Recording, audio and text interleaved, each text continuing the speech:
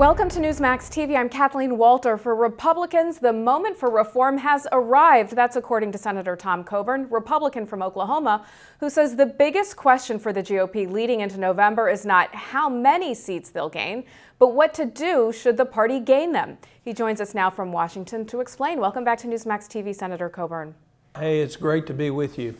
Senator, one of the most pressing issues is the Bush tax cuts. They are all set to expire at the end of this year. Pelosi and Reid had promised to bring this to a vote before Election Day. Now they seem to be wavering on that. They also don't want to fully renew those Bush tax cuts. Why are they stalling on bringing the Bush tax cuts to a vote? Well, I think, first of all, we ought to change the wording. These are our tax cuts. These are Americans' tax cuts. And the fact is we don't have a problem with revenue. We have a problem with a very large, very expansive, and overreaching federal government. And I think the reason they don't want to vote on them is because they know the American people want them extended. Nobody should be raising taxes in a soft economy like we have now. And if, in fact, we concentrate on what the real problem is, which is not revenue, which is spending, and $350 billion a year in fraud, abuse, and duplication. I mean, nobody can question that that's there. And you haven't seen anything pass the Congress this year that would actually go after some of that. Are there enough Democratic votes for total renewal, even for high-income earners? I think so. I don't think they wanted that vote beforehand. Okay. First of all, nobody would agree that now is the time to limit capital investment in job creation.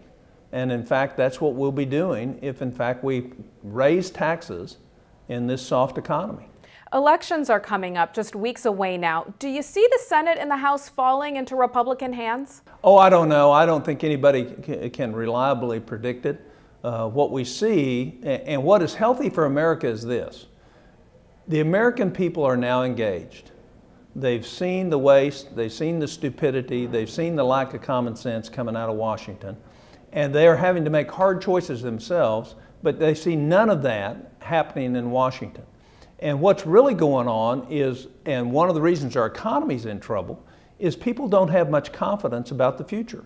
So they're looking for real leadership that will take on this massive behemoth known as the federal government and start trimming it down, getting our budget back to 2006, 2005 levels.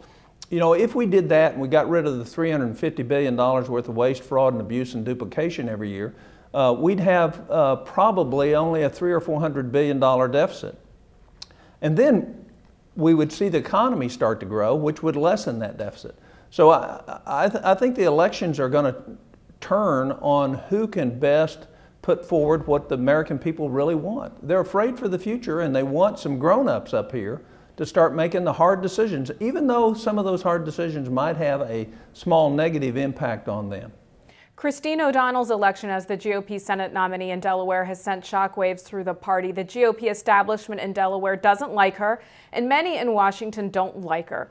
Are you backing her, and what do you think the implications of the GOP are for not fully supporting her? Well, I think they are fully supporting her now, and I am backing her. I've offered to campaign for her. Look, that's what's wrong with career politics. She's not a career politician, and Washington's loaded with them. And we have this sense of entitlement that we can decide who's a good nominee and who's not. The people of Delaware chose their nominee, and our job is to back them. And, you know, I think she'll bring a lot to the table in terms of common sense, everyday thinking of Americans about the stupidity that goes on in Washington. So I'm excited that she's in the race. My hope is that she'll win and that we'll have another voice up here that's based on common sense and not growing the government, but rather shrinking it. Reid is in a very tough fight in Nevada against Sharron. Do you see him possibly losing his race? Well, it's so close, I don't know how anybody can predict that. My hope would be that Sharron Angle will be the next senator from Nevada. And it's not Democrat-Republican. It is Harry Reid has voted to expand the size of the government, to reach into private lives, to interfere with the real economy in this country in almost every vote that he does. And so we ought to be asking the questions, how do we get out of the trouble we're in? And the way we get out of it is to bring people here who are going to say no to more government. And that's exactly what Sharron Angle will do. You're a physician and have been an outspoken critic of Obamacare. What is the chance we could get Obamacare repealed with a new Congress? You can't get it repealed unless we were to have just a tremendous ability to override a veto. The president would probably veto any bill that would have repealed it. But we ought to make him do that if we can do that. The fact is I don't think we can totally repeal this until we have a different president. But let me make the point on health care. Health care is going to rise 9% this year for all our businesses because of the health care bill. Much higher than it's risen any of over the last 10 years. 9% because of this bill was passed. If we don't reconnect the purchase with the payment of health care and apply market forces, it doesn't matter what we do. It's still going to be tremendously costly. It'll make us not competitive in the world. And so we need market forces to really apply. And that doesn't mean we wouldn't have a safety net for those people who need our help, but to really have discretion in the purchase of health care, we all think somebody else is paying for it. So we don't apply the same things to health care that we would any other thing that we might go and purchase. Well, within the past week, we have heard that the president's chief economic advisor, Larry Summers, is quitting. His chief of staff, Rahm Emanuel, is quitting. His chief political advisor, David Axelrod, is quitting. There have already been some high-profile departures. Apparently, there are more to come. Why all of a sudden are we having so many of the senior advisors to the president announcing their departure before congressional elections? I'm not sure there's a connection there. I don't think it's unusual for a lot of people to leave after 2 years or after 4 years in a presidential cycle. But I also understand that Axelrod's leaving to start running the campaign for 2012. So that's really just a transfer. The real problem the president has is he has very few people with real world experience in the economy in our country advising him. And that's why the policies have been such a failure.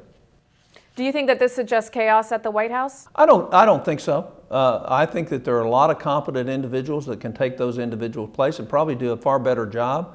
And so I think you'd have to ask them why they're leaving and why it's all coming at this time. President Obama in the past has said when he was in the U.S. Senate, he described you as one of his Republican friends. Can you give us a little insight into the relationship that you've had with the president since he was elected? For example, has he ever invited you to the White House or to a private meeting? Yes, he has, and I talk to him frequently, sometimes as much as every couple of weeks, sometimes just once a month or so. I do consider him a friend. I adamantly disagree with his policies, but you can, look, in this world that we're living in and the threats to our country and our freedom and our future, what we need is people talking, and not talking bad about each other, but talking about the issues. And my hope is that I can maintain a friendship with him so I can at least give him my input and I can hear his. We have a good relationship. It started out when we both came to the Senate at the same time, and I think he can use all the help he can get from Republicans in terms of running the country. As a follow-up to that, Senator McCain and others said that President Obama has been the least bipartisan president in history. Is that a pretty accurate assessment of his interest in hearing the other party's side and involvement in legislation? Well, I think the biggest problem has been is that he's not ever come off the campaign trail, and that he's been a more partisan president in his words. I don't know how to answer that other than to say that we ought to be working together for the best long-term interest for the country, and that we ought to put the partisanship aside and talk about the real issues. You know, the healthcare was a fundamental debate in this country about moving the government into the clinic exam room, and it's exactly the wrong direction. It's exactly the opposite, and that was carried out in a very partisan manner that did not allow good input from our side.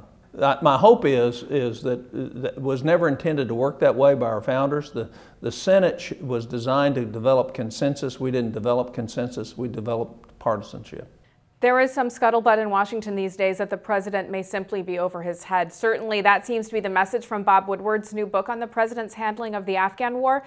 Is there a concern among some in Congress and the Senate that President Obama is not really up to handling the job? Well, I would say that most of the people that say that are the same people that are not up to handling their jobs in the Congress. You know, I don't find that unusual.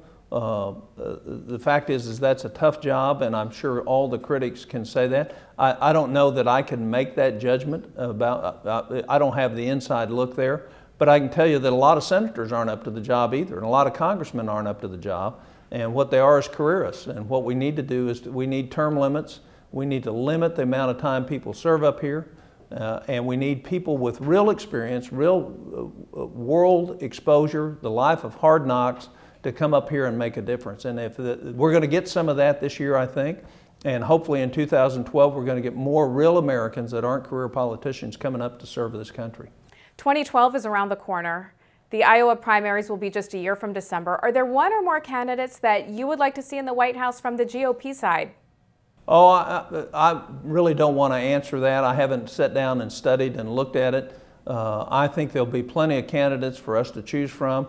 Some good, some not so good, but that's something that'll start in Iowa and go throughout the country, and hopefully the Americans are they're going to embrace somebody that gets it, that knows the federal government needs to be a third smaller, that understands that we can't keep doing what we've been doing, and that our children's future is worth us making sacrifices today. All right, Senator Tom Coburn of Oklahoma, thank you so much for joining us. To be with you, I enjoyed it. And thank you for watching Newsmax TV.